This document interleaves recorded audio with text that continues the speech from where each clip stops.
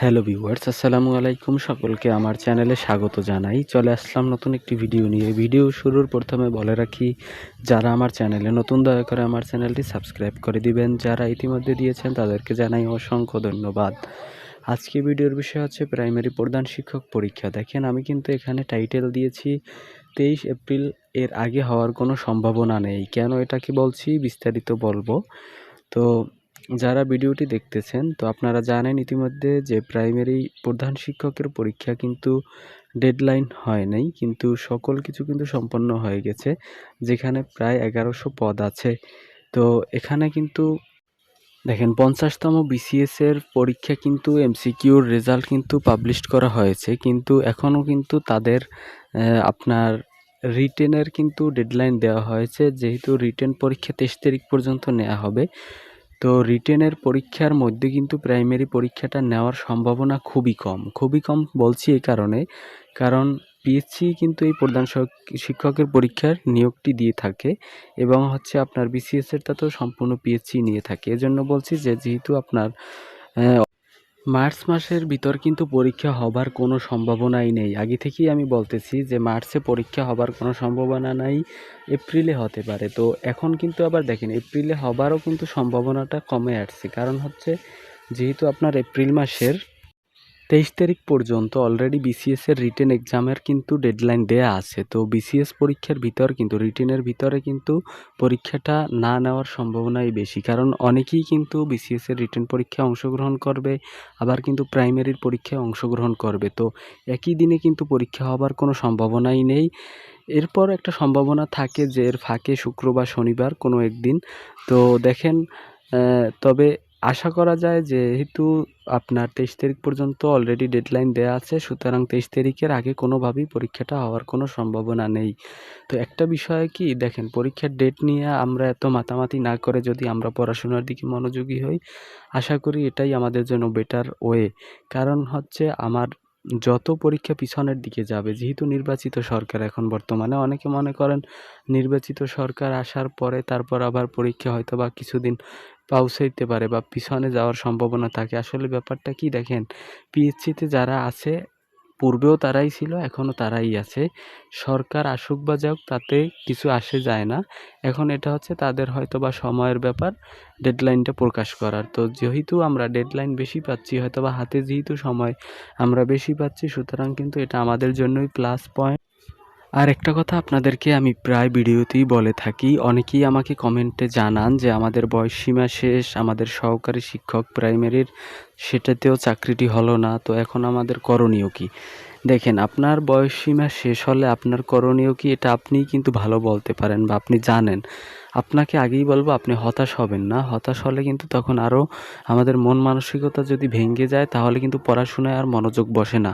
সুতরাং আপনাদের প্রতি আমার এই থাকবে, অনুরোধ থাকবে, যেহেতু আপনার সরকারি চাকরির বয়স শেষ, কিন্তু নিবন্ধন কিন্তু আপনার আছে, 35 বছর পর্যন্ত নিবন্ধন দেয়া যায়। আমি যদি মনেও করি যে আপনার যেহেতু 32 হয়ে গেছে, তাহলে আপনার আরও 3 বছর আছে সময়। 3 বছরে কিন্তু আপনার যদি এনটিআরসি এর জন্য যদি আপনি প্রিপারেশন নেন, তাহলেও কিন্তু অনেকটা আগানো সম্ভব, অনেকটা। 3টা বছর আপনি কি মনে করেন? আপনি যদি 3টা বছর না, আপনি যদি টানা 6 মাস পড়েন, তাহলেই বিসিএসে ইনশাআল্লাহ টেকা সম্ভব। টানা যদি আপনি 6 মাস মনোযোগ দিয়ে পড়াশোনা করেন, তাহলে আপনার যদি যেখানে বিসিএস হয়ে যেতেছে, সেখানে তো এনটিআরসি কোনো ব্যাপার না। তো এই একটা জিনিস আপনারা মাথায় রাখবেন, হতাশ হওয়া যাবে না। হতাশ হলে তখন মাথার ভিতরে বাজে টেনশন আসে। এটা আমিও বুঝি, আপনিও বোঝেন। যখন একটা চাকরি হয় না, বয়সসীমা শেষের দিকে থাকে, তখন একটা পারিবারিক চাপ থাকে বা সামাজিক চাপ থাকে বা আশেপাশের একটা বিভিন্ন প্রেশার থাকে। আপনি যদি এই প্রেশার হিসাবে নেন, আপনি যদি প্রেশার হিসেবে নিয়ে তারপর পড়াশোনা করেন, তাহলে কিন্তু আপনার মাথায় বিশাল প্রেশার পড়বে। তো এজন্য আপনাকে আমি করব, আপনি কিছুই মনে করবেন না। আপনি মনে করবেন আমার চাকরি হবে ইনশাআল্লাহ। আপনার ভাগ্যে যা আল্লাহ তাআলা লিখছে অবশ্যই আপনি পাবেন। আজ হোক কাল হোক, তো আপনি টেনশন না করে ফ্রিলি, একেবারে ফ্রিভাবে আপনি পড়াশোনায় মনোযোগী হন। ইনশাআল্লাহ আপনি কোনো না কোনো চাকরি আপনার হবে। আপনি বেশি না, আমার কথা রাখেন, আপনি 6 মাস পড়াশোনা করেন বা 6 মাস ঠিকমতো মনোযোগ দিয়ে পড়াশোনা করেন, আপনি টপিক ধরে ধরে পড়াশোনা করেন, তাহলেই হবে ইনশাআল্লাহ। দেখেন, পড়াশোনা করতে বলছি মানে এখন আপনি ৬ মাস যে পড়তেই থাকবেন ব্যাপারটা এমন না। মানে এটা হওয়া উচিত আপনার রুটিন মাফিক। দেখেন, এটা একটা রুটিন করবেন, আপনি রুটিন করে সাপোজ আপনি দেখেন নিবন্ধনের ক্ষেত্রে কিন্তু বাংলা, ইংরেজি, সাধারণ জ্ঞান এবং অঙ্ক। এই ৪ টা সাবজেক্ট আছে সবার জন্য কমন এবং হচ্ছে সাবজেক্টিভ। যার সাবজেক্টে আবার ১০০ মার্কসের পরীক্ষা দিতে হবে। এখন বিষয় আপনি ৬ মাস যদি সম্পূর্ণ বাংলাই পড়েন তাহলে কি চলবে? না। আমি এটাই বুঝাইতে চাইছি যে আপনারা সকলেই আমি জানি যে জানেন কিভাবে পড়তে হয়। তারপরও অনেকের জন্য বলি, কারণ হচ্ছে যারা আমাকে এই প্রশ্নটি করেন আমি কি করব বুঝতেছি না। এইজন্য কিন্তু এতগুলো কথা বলা। তো আপনারা যদি আমার কথায় কোনোভাবে কষ্ট পেয়ে থাকেন, দয়া করে আমাকে ক্ষমা সুন্দর দৃষ্টিতে দেখবেন। আমি সবার উদ্দেশ্যে বলছি না, যারা কমেন্টে বলেন তাদের উদ্দেশ্যেই কেবলমাত্র বলছি যে আপনি যদি রুটিন মাফিক পড়াশোনা করেন ৬ মাস, তাহলে ইনশাআল্লাহ কোনো না কোনো চাকরি আপনাকে অবশ্যই চাকরি আপনার কাছে আসবে, কথার কথা। তো পড়াশোনার প্রতি মনোযোগী হন। দেখেন আল্লাহ তাআলা যা ভাগ্যে লিখছে অবশ্যই পাবেন। তো আপনাদেরকে একটা বলি, হতাশা কোনোভাবেই মাথার ভিতর আনা যাবে না। হতাশা আনা মানে আপনি অর্ধেক হয়ে যাইবেন। মানে হচ্ছে অর্ধেক ভেঙে পড়া। ভেঙে পড়া মানে হচ্ছে আপনি পড়াশোনায় মনোযোগই বসাতে পারবেন না। আপনি মনের ভিতর শক্তি রাখবেন। আপনি মুসলিম হলে আমার অনুরোধ থাকবে ৫ ওয়াক্ত নামাজ পড়েন, আল্লাহর কাছে চান, নিজে পড়াশোনা করেন। ইনশাআল্লাহ কোনো না কোনো চাকরি আপনার কাছে আসবেই, অবশ্যই আসবে। আপনাকে আল্লাহ ফিরিয়ে দেবে না। রমজান মাস চলতেছে, আপনারা রোজা রাখেন এবং ইফতারিতে দোয়া করেন, আল্লাহর কাছে চান। অসংখ্যবার দেখেছি আল্লাহ তাআলা হয়তোবা কারো দোয়াই ওইভাবে ফিরাইয়া দেয় না। আপনি চাওয়ার মতো চাইতে পারলে অবশ্যই আল্লাহ তাআলা আপনাকে দিবে, এতটুকু ভরসা রাখেন। যেই আল্লাহ আপনাকে তৈরি করছে ওই আল্লাহ আপনার রিজিকের ব্যবস্থা করেই পাঠাইছে। তো হতাশা না হয়ে আপনারা পড়াশোনার দিকে মনোযোগী হন।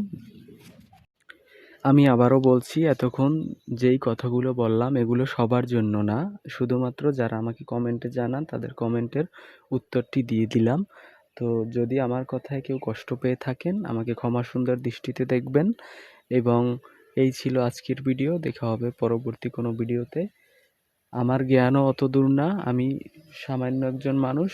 আপনাদের কমেন্টের ভালোবাসাই কিন্তু বা আপনাদের ভালোবাসাই আমি ভিডিও কন্টেন্টগুলো তৈরি করে থাকি। এবং আপনারা যতদিন ভালোবাসা দিয়ে যাবেন ইনশাল্লাহ ততদিন ভিডিও কন্টেন্ট তৈরি করে যাব। এবং দেখা হবে পরবর্তী কোনো ভিডিওতে। তো আজকে এই পর্যন্তই। আল্লাহ হাফেজ।